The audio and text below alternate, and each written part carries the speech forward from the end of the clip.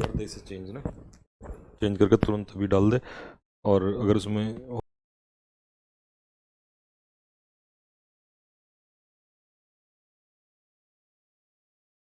प्यारे बच्चों नमस्कार, जय हिंद, सत श्री अकाल, आदाब, राम राम, क्या हाल है भाई। तो चलिए जी करते हैं सेशन को स्टार्ट है। पेन ड्राइव चलिए भाई, तो स्टार्ट करते हैं मेरे भाई।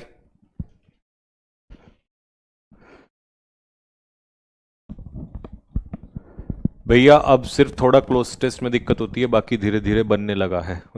देखो दोस्त, मेरा एक ही काम है, हमेशा सच्चाई का रास्ता दिखाना। मैं आज फिर भी यही बात बोलूंगा कि याद रखना, अब से 2 महीने बाद ऐसा कोई स्टूडेंट नहीं छोड़ूंगा जो ये कह दे कि मुझे दिक्कत आ रही है। और इवन तुमसे ये कहलवा दूंगा कि यार अगर एक्सपर्टीज लानी हो तो भाई के साथ प्रैक्टिस करते रहो रेगुलर, क्योंकि practice makes a man perfect. बाकी शॉर्टकट वगैरह मुझे नहीं आते हैं समझाने, मुझे सिर्फ बेसिक्स से चलना आता है, ठीक है। चलिए तो इसको पढ़ते हैं। Prime minister Modi has recently declared. अच्छा, पेपर में सॉल्व करने का तरीका है कि पहले आप क्वेश्चन पढ़ें फिर ये, बट क्योंकि आपको मैंने दे दिया था ये पहले ही तो आपने पढ़ लिया होगा, तो इसीलिए मैं सीधा सॉल्व करा रहा हूं। प्राइम मिनिस्टर मोदी ने अभी अभी डिक्लेयर किया, रिसेंटली मतलब रिसेंट में डिक्लेयर किया है, मोढेरा एक जगह है गुजरात में, उसको डिक्लेयर किया है इंडिया का पहला 24x7 सोलर पावर विलेज। तो ये गांव है, ठीक है, इसको 24x सोलर पावर कह दिया कि भैया यहां तो 24 घंटे बिजली आती है, मतलब सोलर पावर से ये विलेज जो है कनेक्टेड है, मतलब सोलर पावर यानी कि जो लाइट आती है वो सोलर पावर से आती है। It is an important marker in India's ambitious renewable energy vision. India का जो रिन्यूएबल एनर्जी का विजन है ना, ये उसमें एक बहुत बड़ा मार्कर है। मतलब एक तरीके से हिंदी में मार्कर मतलब आप इसको कह सकते हो, इसका अगर मैं हिंदी कहूं, मार्कर का मतलब है कि अगर हिंदी में मार्कर मतलब एक तरीके से बहुत बड़ा अचीवमेंट टाइप कह सकते हो कि भाई एक बहुत बड़ा मेन, हिंदी प्रॉपर नहीं आ रही मेरे को इसकी, या कुछ वर्ड्स की हिंदी कई बार नहीं आती है तो ट्रांसलेशन में ना, अब जैसे हम समझ तो लेते हैं बट आपको समझाने के लिए हिंदी में कहीं कहीं गड़बड़ हो जाती है, ठीक है। तो आप उसको समझ जाइएगा कि एक बहुत बड़ा, बहुत ही इंपॉर्टेंट जो है मार्कर है। मतलब इसको आपको आ रहा है हिंदी में इसको क्या कह सकते हैं? पूरे वीक का एक साथ दे दिया करो। अच्छा ठीक है। एक भाई कह रहा है चुनौती है, ना ना चुनौती नहीं है, नहीं नहीं चुनौती नहीं है, ये पॉजिटिव वर्ड है। मार्कर का यहां पर जो मतलब है मैं आपको बता दूं एक सेकेंड, मार्कर जो है यहां पर वो एक पॉजिटिव वर्ड है, ठीक है। मार्कर जो है वो एक पॉजिटिव वर्ड है यहां पर, तो चुनौती तो निगेटिव वर्ड हो जाएगा, ठीक है। इसका मेरे को हिंदी में ना सच बताऊं आ नहीं रहा, नहीं तो मैं इसका आपको बताता। हिंदी में इस मार्कर को क्या कहते हैं? यार जब किसी के गोल में कोई चीज मतलब एक बहुत बड़ी मार्कर मार्कर यार मार्कर को हम नहीं आ रहा मेरे दिमाग में, मतलब कहते हैं जैसे मान लो सपोज करो जैसे मैं कोई काम कर रहा हूं और मुझे जैसे मैं बुक बना रहा हूं, तो मुझे बुक में अपना विजन, जो मुझे विजन दिख रहा है, जो गोल दिख रहा है, उस विजन में, उस गोल में एक बहुत बड़ा जो पहलू है, यानी कि एकदम एक तरीके से बहुत बड़ा कदम, हाँ कदम, एक बहुत बड़ा स्टेप। तो मार्कर का मतलब है एक बहुत बड़ा स्टेप है। तो इंडिया ने जो रिन्यूएबल एनर्जी का विजन जो देखा है ना, उसमें एक बहुत बड़ा मार्कर है, मतलब बहुत बड़ा कदम है, ये स्टेप है ये, ठीक है। हाँ बिंदु भी कह सकते हो। द एम उद्देश्य, क्योंकि भाई मोदी जी ने एक गांव को 24x7 कह दिया, ये तो पॉजिटिव बात है ना। तो इसका मतलब ये इंडिया का जो रिन्यूएबल एनर्जी का जो विजन है उसमें एक बहुत बड़ा कदम है ये वाला जो इसको कहा है। और एम जो है, उद्देश्य जो है, to increase installed capacity. Installed capacity मतलब जो सोलर एनर्जी जो है, जो सोलर पैनल्स हैं जिनको इंस्टॉल कर दिया गया हो, ठीक है। तो इंस्टॉल की हुई कैपेसिटी यानी कि इंस्टॉल किए हुए सोलर पैनल्स, इनको बढ़ाना उद्देश्य है। बाय मोर देन 3-fold, मतलब 3-fold का मतलब 3 गुना, टू 500 गीगावाट बाय 2030। तो 2030 तक 3 गुना बढ़ाना है, ठीक है। द कमर्शियल वायबिलिटी ऑफ, अब ये कमर्शियल वायबिलिटी का मतलब क्या है वो समझो। कमर्शियल वायबिलिटी का मतलब है कि जैसे सपोज करो हम किसी चीज को जैसे मैंने सपोज करो कोई प्रोडक्ट बनाया, अब इसका कमर्शियल वायबिलिटी का मतलब है कि ये वैसे तो फायदेमंद है ही है, लेकिन ये हमें पैसा भी कमा के देगा। तो सोलर पावर की जो कमर्शियल वायबिलिटी है, मतलब इससे पैसा भी तो कमाया जाएगा ना, तो विल हैव अ से इन रियलाइजिंग दिस गोल, इस गोल को पूरा करने में जो सोलर पावर की कमर्शियल वायबिलिटी है, यह भी कहीं ना कहीं एक बहुत बड़ा एडवांटेज होकर निकलेगा। प्रेजेंटली इस समय पर, आज के समय पे इंडिया का इलेक्ट्रिसिटी सेक्टर जो है वो दर्शाता है अ डिक्टोमी। डिक्टोमी का मतलब है एक तरीके से कॉन्ट्रास्ट, डिक्टोमी का मतलब है विरोधाभास, कॉन्ट्रास्ट दर्शाता है, ठीक है। Representing the challenges facing the renewable sector, जो देखो हम तो पॉजिटिव की तरफ लेके जा रहे हैं, लेकिन अगर देखें तो इंडिया का इलेक्ट्रिसिटी जो सेक्टर है वो अभी भी कॉन्ट्रास्ट है हमारे विजन में, मतलब वो उल्टा ही दिखा रहा है, वहां पे इतना पॉजिटिव साइन नहीं है अभी भी, ठीक है। लेकिन हां, हमारा जो विजन है वो पॉजिटिव है, बट इंडिया का इलेक्ट्रिसिटी सेक्टर जो है वो एक डिक्टोमी है, कॉन्ट्रास्ट है ये, ठीक है, जो कि चैलेंजेस दर्शाता है इसमें रिन्यूएबल सेक्टर के लिए, ठीक है। जो रिन्यूएबल सेक्टर इस समय पर मतलब जो रिन्यूएबल सेक्टर की हम बात कर रहे हैं ना, उसमें ये जो है इलेक्ट्रिसिटी सेक्टर जो है ये कहीं ना कहीं एक बहुत बड़ा चैलेंज है, ठीक है। तो एक बहुत बड़ा क्या है, डिक्टोमी है, जो कि इन सभी चैलेंजेस को दर्शाता है। तो मतलब इसको देसी में अगर समझाऊं निचोड़ में, तो ऐसे मान लो कि भैया इंडिया का जो इलेक्ट्रिसिटी सेक्टर है वो एक तरीके से कॉन्ट्रास्ट दर्शा रहा है, ठीक है। और कॉन्ट्रास्ट कैसे दर्शा रहा है कि जो चैलेंजेस रिन्यूएबल सेक्टर में आ रहे हैं उनको शो करते हुए, उनको दर्शाते हुए। थर्मल पावर कंट्रीब्यूटेड, और थर्मल पावर का जो है वो कितना है, 75 से 85% के आसपास है, ठीक है, of power generated over the last 3 financial year. अगर पिछले 3 साल में देखें, मतलब पिछले 3 साल में देखें तो सबसे ज्यादा बिजली कहां से बन रही है, थर्मल पावर से बन रही है, ठीक है। इट्स इंस्टॉल्ड कैपेसिटी, इसकी जो इंस्टॉल कैपेसिटी है वो कहीं ना कहीं गिरी है, 62 से लेकर 59% तक गिर गई है ओवर द सेम पीरियड, ठीक है। ड्यूरिंग द सेम फेज, इसी दौरान सोलर पावर इंस्टॉल्ड कैपेसिटी जो है वो बढ़ गई है 9 से 12, ठीक है। तो इसकी तो घटी है, किसकी घटी है भाई, इसकी थर्मल पावर की घटी है, और सोलर पावर की जो है वो बढ़ी है। अमंग रिन्यूएबल्स में इट्स शेयर, इसका जो शेयर है इन जनरेशन इंक्रीज्ड, ठीक है, और इसका जो शेयर है वो क्या हो गया है, बढ़ गया है, ठीक है। देयरफॉर, इसीलिए अमंग अवेलेबल सोर्सेज, जितने भी सोर्सेज हमारे पास अवेलेबल हैं किसके, रिन्यूएबल एनर्जी के, चाहे वो विंड एनर्जी हो चाहे वो सोलर एनर्जी हो, ठीक है, तो जितने भी सोर्स अवेलेबल हैं उनमें से इट इज सोलर पावर, ये इट इज है, इट्स नहीं है, इट इज है, क्योंकि IT अपॉस्ट्रोफी एस का मतलब मैंने ग्रामर में सिखाया था, इट इज। तो इट इज सोलर पावर, ये सोलर पावर ही है that holds the brightest promise. Brightest promise का मतलब है कि जो ब्राइटेस्ट एक तरीके से फ्यूचर, ब्राइटेस्ट एडवांटेज जो दिखाता है वो सोलर पावर ही है। तो रिन्यूएबल एनर्जी के बहुत सारे स्रोत हैं, लेकिन उसमें से सोलर पावर सबसे ज्यादा, सबसे अच्छा फ्यूचर जो है सोलर पावर का है। Renewable energy consumption gets a big push. अब जो रिन्यूएबल एनर्जी कंजप्शन है इसको एक बहुत बड़ा फायदा मिला, पुश मिला, किससे, गवर्नमेंट ऑफ इंडिया से, जिसने कि क्या किया, in the form of legally binding purchase called, इन्होंने एक नियम लागू किया RPO। तो इससे इसको बहुत फायदा मिला है। डेस्पाइट दिस बूस्ट, इस बूस्ट के बावजूद, ये जो बूस्ट मिला है इसके बावजूद भी renewable struggle to meet generation targets. अब इस लाइन का मतलब समझो भाई, ये तो बूस्ट मिल ही गया क्योंकि सरकार ने एक कदम उठाया, बूस्ट तो मिल ही गया, इसके बावजूद भी रिन्यूएबल्स, मतलब रिन्यूएबल एनर्जी सोर्सेज अभी भी क्या कर रहे हैं, स्ट्रगल कर रहे हैं टू मीट जनरेशन टारगेट, मतलब जो टारगेट पूरा करना है वो पूरा नहीं हो पा रहा है इसके बावजूद भी, क्योंकि स्टेट्स, जो राज्य हैं, which have an incentive to keep cost low, जिनको कॉस्ट कम रखनी है, वो अक्सर अपना टारगेट पूरा नहीं कर पाते हैं, जो भी उनका टारगेट है RPO का। अब मार्च 2021 की कमेटी रिपोर्ट ने क्या दर्शाया, दैट ओनली 4 स्टेट, केवल 4 राज्यों ने एंटायर RPO टारगेट को 2019-20 में पूरा किया। Solar power trajectory is delicately poised despite the government move to increase the share of RPO till 2030। इसका हिंदी अर्थ, एक बार हिंदी अर्थ मतलब मीनिंग बताओ क्या होगा।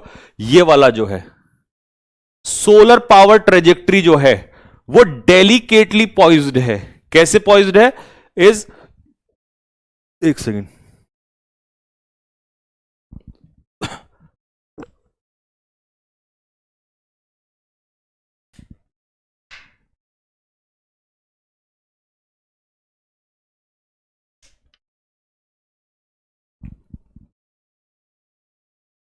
चलिए, तो सोलर पावर ट्रेजेक्ट्री जो है, सोलर पावर ट्रेजेक्ट्री जो है वो डेलिकेटली पोइज्ड है, मतलब अभी भी अच्छी स्थिति में नहीं है, अभी भी संवेदनशील स्थिति में है। कैसा है?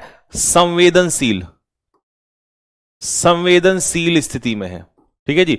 तो सोलर पावर ट्रेजेक्ट्री जो है, मतलब वो पॉइंट अच्छा, सोलर पावर की जो ट्रेजेक्ट्री है, नंबर जो है वो अच्छा नहीं है, मतलब अभी भी संवेदनशील स्थिति में है, अभी बहुत बढ़िया नहीं है। किसके बावजूद? उसके बावजूद भी कि जो सरकार ने कदम उठाया है शेयर को बढ़ाने का, कब तक? 2030 तक। तो कह रहा भैया सरकार ने कदम उठा दिया, इसके बावजूद भी हालत अच्छी नहीं है। ठीक है। An increase in important tariff, अब बढ़ोतरी हुई है, टैरिफ में बढ़ोतरी हुई है इस साल on inputs such as solar modules. ठीक है, एक बढ़ोतरी हुई है। ठीक है, किस में बढ़ोतरी हुई है? टैरिफ में बढ़ोतरी हुई है इस साल। किसके ऊपर? इनपुट्स के ऊपर। सच एज, जैसे कि solar modules, to boost domestic industry, domestic industry को बढ़ाने के लिए। Will in near future push, will in near future push up project cost and, अब वो क्या कह रहा है, इस लाइन को फिर से समझो, दोबारा समझाता हूं। अब क्या हुआ? टैरिफ भी तो बढ़ा दिया ना। An increase in important tariff, tariff में जो बढ़ोतरी हुई है, टैरिफ तो जानते हो जो चार्ज लगाते हैं हम, जो टैरिफ में बढ़ोतरी हुई है इस साल, किसके ऊपर? इनपुट्स के ऊपर, जैसे कि सच एज, जैसे कि सोलर मॉड्यूल्स, किसके लिए? टू बूस्ट डोमेस्टिक इंडस्ट्री को बूस्ट करने के लिए। वो भविष्य में क्या करेगा? पुश करेगा प्रोजेक्ट की कॉस्ट को, इससे प्रोजेक्ट की कॉस्ट बढ़ेगी। अगर आप टैरिफ लगाओगे तो प्रोजेक्ट की कॉस्ट बढ़ेगी, और इसीलिए power tariffs, thereby power tariffs, this is at odds with a separate move to nudge discoms, discoms जो होती है वो इंडस्ट्री की ही बात कर रहा है। ठीक है जी। टू मेंटेन फाइनेंशियल डिसिप्लिन, मतलब सीधा सा कहना चाह रहा है कि भाई this is at odds, at odds का मतलब है एग्री ना होना, यानी कि ऑपोजिट होना। With a separate move to nudge discoms to maintain financial discipline, तो मतलब एक तरफ तो हम कह रहे हैं कि भाई हमने इनको डिसिप्लिन में लाना है, बट दूसरी तरफ हम क्या कर रहे हैं? टैरिफ्स बढ़ा रहे हैं। तो टैरिफ बढ़ाने से ये चीजें पॉसिबल नहीं हो सकती। अगर हम ये कदम उठा रहे हैं तो इससे ये पॉसिबल नहीं हो सकता कि हम लोग जो है फाइनेंशियल डिसिप्लिन ला सकें। ठीक है। मोर ओवर, इसके साथ साथ renewable space itself is set to get more competitive with the advent of green hydrogen. अब वो कह रहा है कि ग्रीन हाइड्रोजन के आने से और कंपटीशन फेस किया जा रहा है। ठीक है। The renewable energy is set for a churn, तो रिन्यूएबल एनर्जी जो है वो एक बदलाव फेस कर रही है। ठीक है। With a complex sets of factor at play, क्योंकि इसमें बहुत सारे फैक्टर्स हैं जो कॉम्प्लिकेटेड हैं, तो उन कॉम्प्लिकेटेड फैक्टर्स की वजह से जो है, जो ये इंडस्ट्री है, यानी सॉरी ये जो रिन्यूएबल एनर्जी सेक्टर है, ये जो है वो एक बहुत सारे चेंजेस जो है वो फेस कर रहा है। ठीक है। संवेदनशील का मतलब,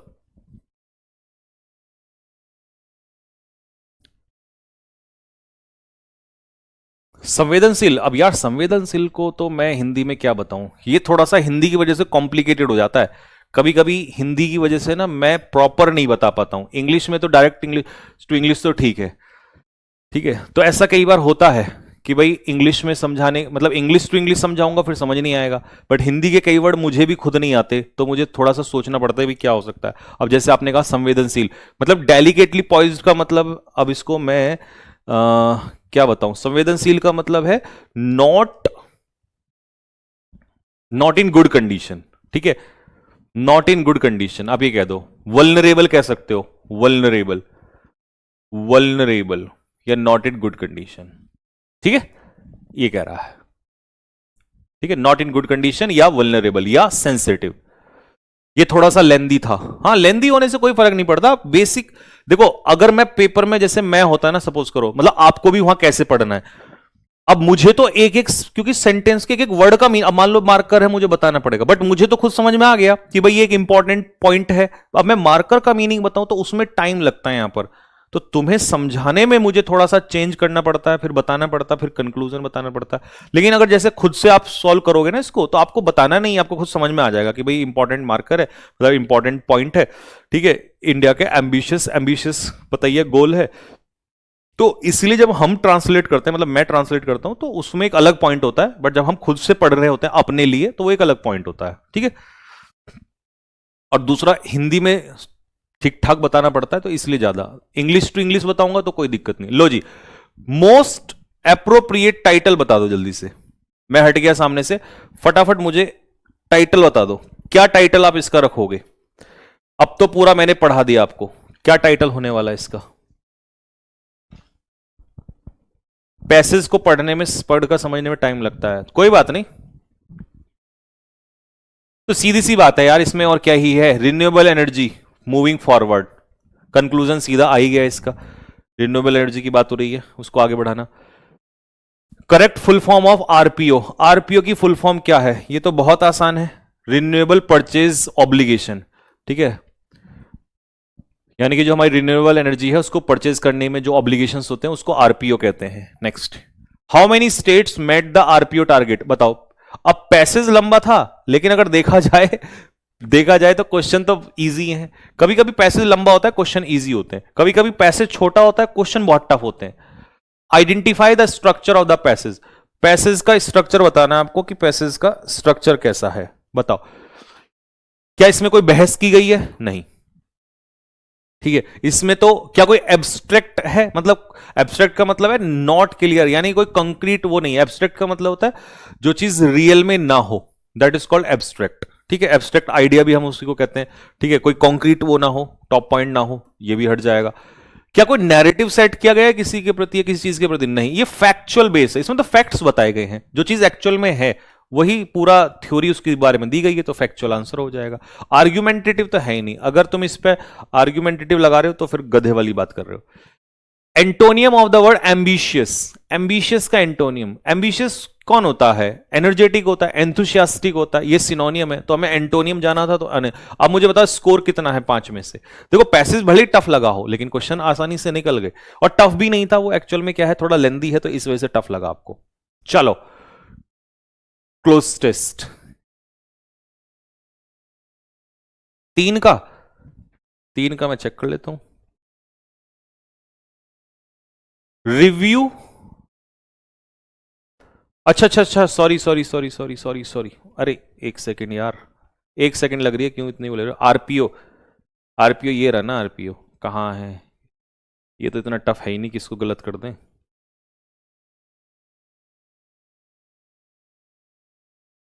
कहाँ दिया था उसने RPO,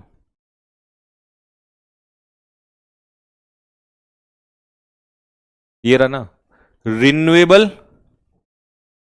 purchase obligation, renewable purchase obligation, ठीक है। Renewable energy consumption get a big push from the government of India in the form of legally binding purchases called renewable purchase obligation, renewable purchase obligation 3 का, renewable purchase obligation,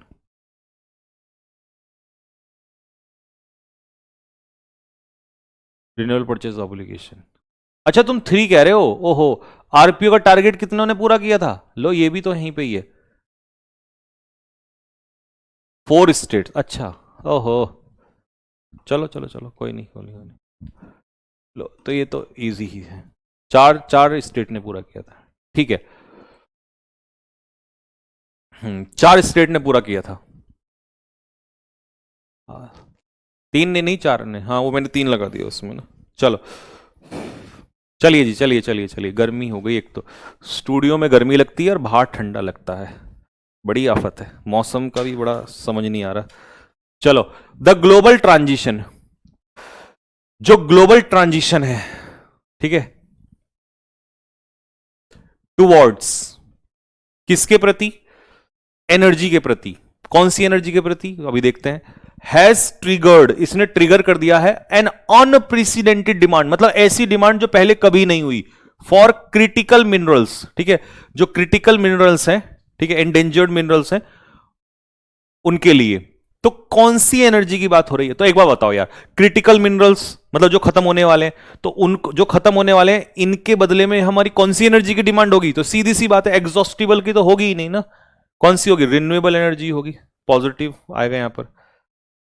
next, expert suggest करते हैं कि supply of lithium and cobalt is not, cobalt और lithium की supply जो है वो क्या नहीं है, is not to meet the rising production of electricity. अच्छा, इलेक्ट्रिसिटी व्हीकल्स को बनाने में लिथियम और कोबाल्ट की जरूरत पड़ती है, और जितनी इसकी जरूरत पड़ रही है, मतलब उतनी एक्चुअल में, उतनी मात्रा में लिथियम और कोबाल्ट की सप्लाई नहीं है।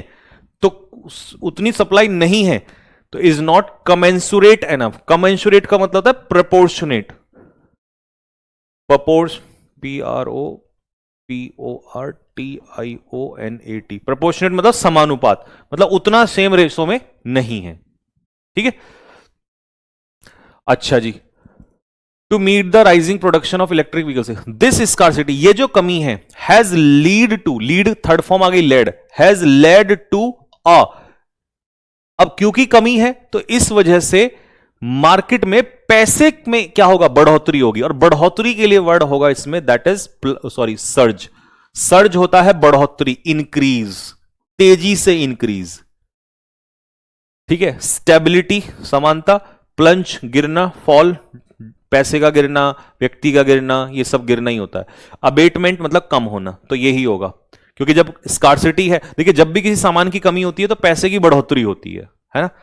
चलो, मेकिंग सस्टेनेबल टेक्नोलॉजी एक्सपेंसिव, जिसकी वजह से सस्टेनेबल टेक्नोलॉजी बहुत महंगी होती जा रही है डेवलपिंग नेशन जैसे भारत जैसे देशों के लिए।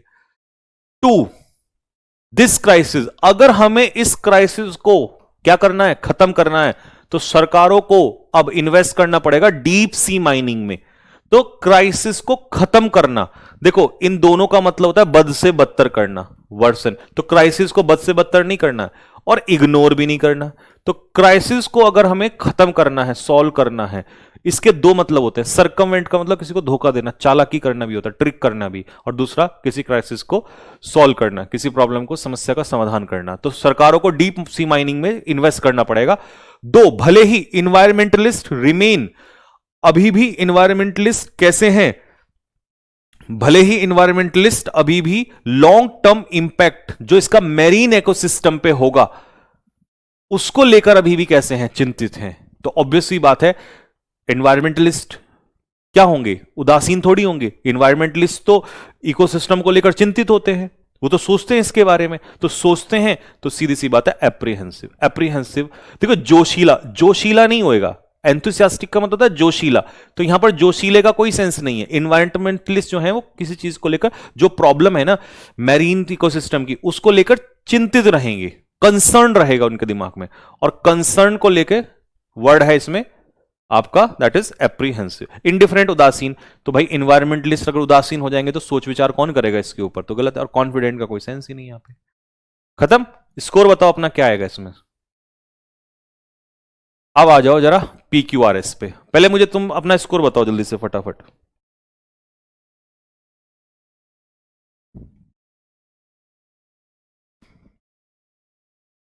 चार तीन तीन तीन चार तीन चार चार चार तीन चार तीन चार तीन तीन चार चार पाँच पाँच, 4 और 5 में से स्कोर आ रहा है।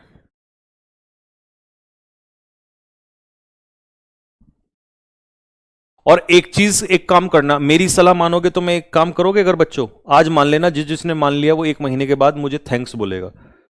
जो भी पैसेज के मीनिंग देता हूं उनको लर्न किया करो, पैसेज के मीनिंग को, उनकी कॉपी बना लो चाहे तो, क्लोज टेस्ट में आए हुए मीनिंग उनको कॉपी बना लो। अगर तुमने ये काम कर लिया अगले 2 महीने, मैं सच बता रहा हूं तुम लाखों बच्चों से ऊपर निकल जाओगे। क्योंकि इन्हीं वर्ड्स को लर्न ना होने की वजह से बच्चे प्रॉब्लम में आते हैं, और इनको तुम करने लग जाओगे तो आसानी से हो जाएगा। ठीक है, ठीक है भाई।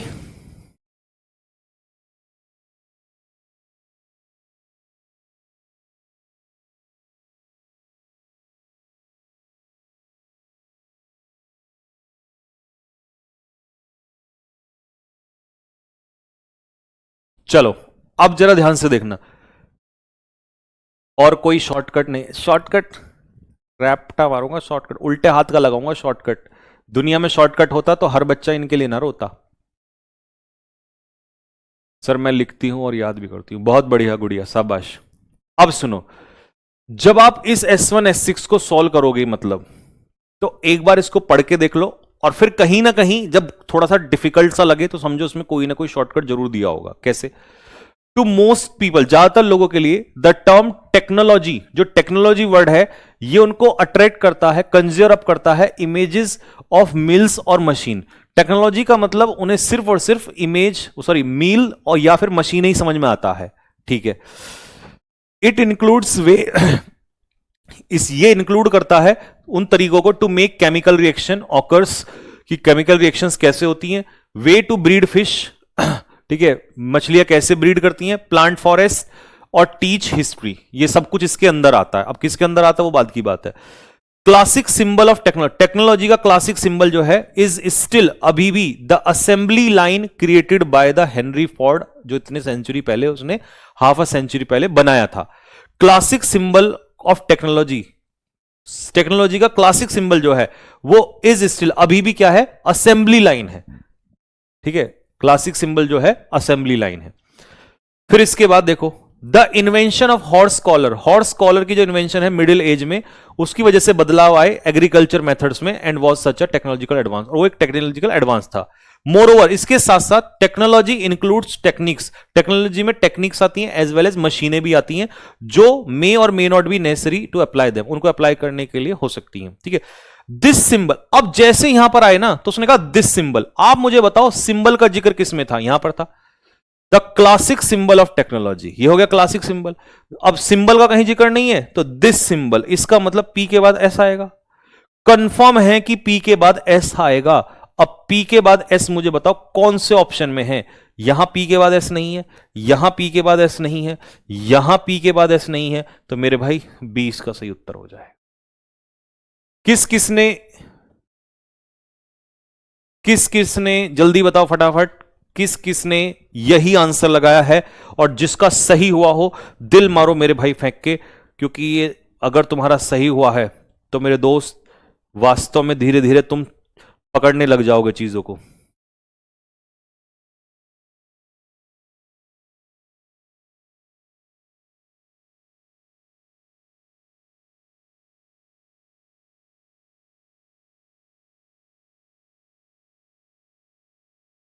बहुत बढ़िया, शानदार मेरे भाई, शानदार, जबरदस्त, एक सैल्यूट तो तुम्हारे लिए भी बनता है। चलो, ओए तेरी, हाँ जी, अब इसको कैसे सॉल्व करें, चलिए एक बार पढ़ लेते हैं कैसे सॉल्व किया जाएगा। आ जाओ।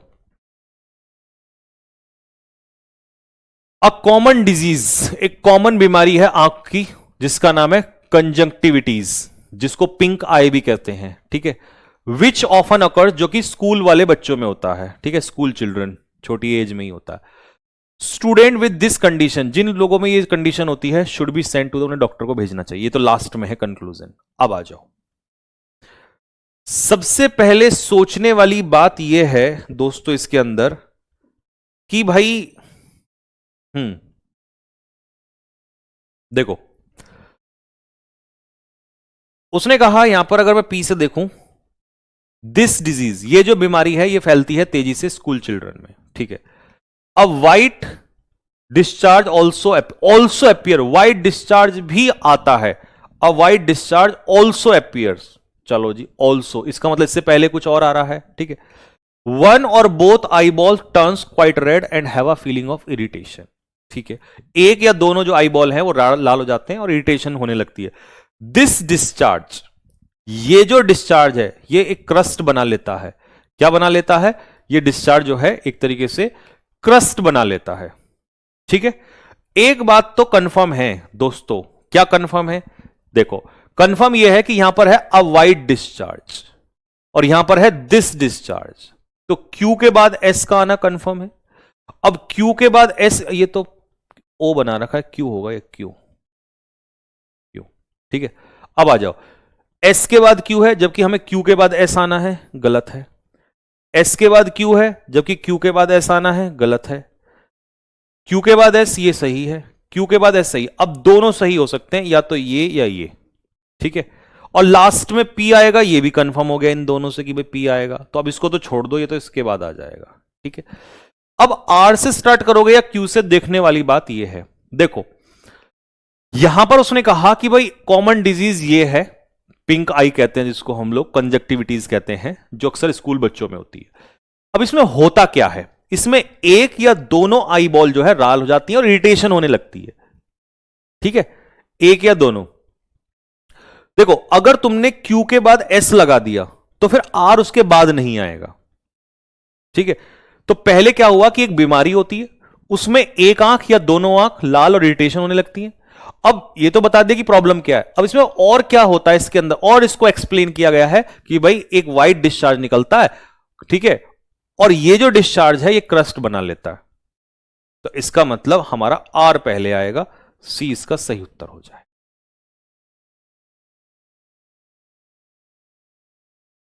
सी है, किस किस का सी है बताओ ईमानदारी से। चलो जी, इनफैक्ट वास्तव में, अब इनफैक्ट शुरुआत में नहीं आ सकता, पहले कुछ दिया होगा तभी हम कहेंगे नहीं इनफैक्ट, इन रियल अगर देखा जाए तो वास्तव में। तो ए से तो ए का तो ऑप्शन ही नहीं है, फुद्दू बना दिया। चलो आगे देखते हैं, बट ही ग्रेजुअली, अब बट फिर फुद्दू बना दिया, तो बी या सी में से स्टार्ट होगा। उसने टाइपिंग सीखी, अकाउंटिंग सीखा और इवन ग्रेजुएट भी हुआ। ज्वाइन करने से पहले हमें as a account officer he was a junior clerk. तो मेरे हिसाब से जो मेरी गट फीलिंग कह रही है वो ये कह रही है कि इसका उत्तर जो है बी से स्टार्ट होना चाहिए, क्योंकि एक घटना ये है कि हमें ज्वाइन करने से पहले वो एक क्लर्क हुआ करता था। बी को एक मिनट के लिए बी से स्टार्ट करके देख लो, नहीं हुआ तो फिर सी पे चले जाएंगे। अब बी के बाद या तो सी है या ए है, तो या तो ए होगा या सी होगा। ठीक है, अब वो एक क्लर्क हुआ करता था। अब ये तो बता दिया कि हमें ज्वाइन करने से पहले अकाउंट ऑफिसर के रूप में वो एक क्लर्क हुआ करता था। ठीक है, इनफैक्ट अब इसी को एक्सप्लेन इसमें किया गया है कि इनफैक्ट अगर देखा जाए वास्तव में तो उसने अपना करियर एक पियोन के रूप में किया था स्टार्ट, स्मॉल फॉर्म में। ठीक है, स्मॉल फॉर्म में स्टार्ट किया था, ए के बाद डी। बट अब देखो पियोन था, लेकिन धीरे धीरे उसने अपनी क्वालिफिकेशंस को क्या किया, इंप्रूव, और उन्हीं क्वालिफिकेशंस में क्या क्या काम किया था वो लास्ट में आ जाएगा कि उसने टाइपिंग सीखी, अकाउंटिंग सीखी एंड ही इवन ग्रेजुएटेड, और उसने ग्रेजुएशन भी की। तो ये तो सीधी सी बात है कि डी के बाद ही सी आएगा, यहां पर डी के बाद सी नहीं है, क्योंकि पहले उसने बताया कि अपनी क्वालिफिकेशंस को इंप्रूव किया, फिर कौन सी क्वालिफिकेशंस वो उसने उसमें बता दी। तो आंसर इसका हो जाएगा B A D C. Next, अब आ जाओ, अब यहां पर है व्हेन दिस एक्स्ट्रा वाटर, जब ये जो एक्स्ट्रा वाटर वेपर है, कौन सी वाटर वेपर, अब तुम मुझे बताओ, इसका मतलब कहीं ना कहीं जो है वाटर वेपर का जिक्र हुआ है, कहीं ना कहीं वाटर वेपर का जिक्र हुआ है। चलो देखता हूं, the atmosphere can store additional 4% of water vapour for every additional 1 Fahrenheit of warming. More water evaporates, इसमें वाटर वेपर नहीं है, यहां भी वाटर वेपर नहीं है, तो इसका मतलब बी के बाद ही ए आएगा। अब बी के बाद ए इसमें नहीं है, बी के बाद ए इसमें नहीं है, बी के बाद ए इसमें नहीं है, तो इसका मतलब ए ही इसका सही उत्तर हो जाए। ठीक है जी, ए बैठेगा, डी से स्टार्ट हो जाएगा। One of the most obvious indication, climate change का जो ऑब्वियस इंडिकेशन है वो है रेनफॉल, भारी बारिश होती है। ठीक है, तो ये एक टॉपिक है, इससे भी पता चल जाएगा वैसे तो कि टॉपिक क्या है। टॉपिक है कि जो क्लाइमेट चेंज का ऑब्वियस इंडिकेशन है वो है रेनफॉल, और ये फिर कैसे चलता है वो इसने पूरा प्रोसेस बता दिया। हालांकि हमने यहां से भी पकड़ लिया, उससे भी कर सकते हो आप। लास्ट क्वेश्चन देखेंगे भाई क्या बनेगा अब इसमें, आ जाओ जी। सबसे पहले अब देखो, हावेवर से आप स्टार्ट नहीं कर सकते, क्योंकि हावेवर अपोजिट क्लॉज को जोड़ता है, मतलब अपोजिट क्लॉज को इंट्रोड्यूस कराता है, तो इससे पहले कुछ ना कुछ तो होगा। तो हम क्यू से तो स्टार्ट करने से रहे, हटा दो इसको। ठीक है जी, अब यहां पर है एस या आर। आर में है देयर आर बहुत सारे ways, lots of ways you can protect your eyes during the day. दिन में आप अपनी आंखों को बचा सकते हो, इसके लिए बहुत सारे जो हैं वो क्या हैं, तरीके हैं, बहुत सारे तरीके हैं। और एस में क्या है, हर 20 मिनट में spent staring at a screen. ठीक है, every 20 minutes of time spend, जब हम 20 मिनट, मतलब कह रहा है हर 20 मिनट जो हम स्क्रीन पर देखते हैं, look away at an option that is at least 20 feet away for 20 seconds। तो भाई इसमें तो उसने तरीका बताया है कि भाई कैसे बचना है, क्या प्रॉब्लम है इसमें। सबसे पहले बताना है कि भाई बहुत सारे तरीके होते हैं, उनमें से एक जो है यहां से स्टार्ट, तो आर से स्टार्ट होगा। ये तो एक मेथड है उसमें से, ठीक है। बहुत सारे तरीके हैं आपको अपनी आंखों को बचाने का दिन के दौरान। तो आर से स्टार्ट होगा, तो एक ही ऑप्शन है, आर के बाद P. You can use proper lighting, आप लाइटिंग का यूज कर सकते हो, रिड्यूस कर सकते हो स्क्रीन ग्लेयर को, मतलब स्क्रीन पे घूरते मत रहो, एंड टेक मोर ब्रेक, और ब्रेक ले सकते हो। तो ये हो गया आर के बाद पी, फिर क्यू। हावेवर, अब ये तो ठीक है, ये सलाह दे दी, बता दिया, बट इसका उल्टा, one of the easiest habits is to build is to follow 20-20 minute का रूल फॉलो करो। और इसी रूल को एक्सप्लेन किया गया है एस में कि कैसे करना है उस रूल को फॉलो। तो क्यू के बाद एस आ जाएगा, ये रहा क्यू के बाद एस, इसमें तो क्यू के बाद एस था ही नहीं, यहां भी क्यू के बाद, ये वैसे भी खत्म हो रहा था, मतलब कई मेथड से भी निकाल सकते थे आप इसको। ठीक है जी, चलो तो ठीक है भाई, यहीं तक रखते हैं। नेक्स्ट शीट आपकी 9, ये तो 8 थी, 9 वाली डलवा दी है, उसको सॉल्व कर लेना। उसके 2 आंसर में मिस्टेक थी, वो टाइपिंग में बच्चे ने आंसर की में ऊपर नीचे कर दिया, तो मैंने करेक्शन करवा के डलवा दिया क्लोज टेस्ट के 2 ऑप्शन में, ठीक है। तो उसको करेक्शन करके डलवा दिया, उसको एक बार चेक कर लेना, ठीक है। सर अब से पहले इंग्लिश में कभी इतना कॉन्फिडेंस नहीं आया, त्रिशु आएगा, अभी आएगा, अभी तो बहुत ज्यादा आएगा। अगर आपके 5% ही सही हो रहे हैं ना, 100 मतलब 100% में से 5, तो मैं कह रहा हूं तब भी आप बहुत अच्छे हो। 5 से कब 40 में चले जाओगे पता नहीं चलेगा, 40 से कब 90 में चले जाओगे आपको पता नहीं चलेगा, बट रुकेगा वही जो लगातार करता रहेगा। चाहे सारे गलत हो जाओ कोई फर्क नहीं पड़ता, बट फर्क पड़ता है जो करेगा सॉल्व, उसी का होगा, ठीक है। ठीक है, तो अगली शीट मिल जाएगी आपको, ऐसी शीट्स मिलती रहेंगी, ठीक है। गलत हो रहा है होने दो, गलत होने से मत डरो, ठीक है। ठीक है, चलो ओके भाई, सभी को लव यू, जय हिंद, बाय बाय। धीरे धीरे लेवल उठाते रहेंगे हम, बस टेंशन मत लो, प्रैक्टिस करते रहो, ठीक है। चलो ओके भाई।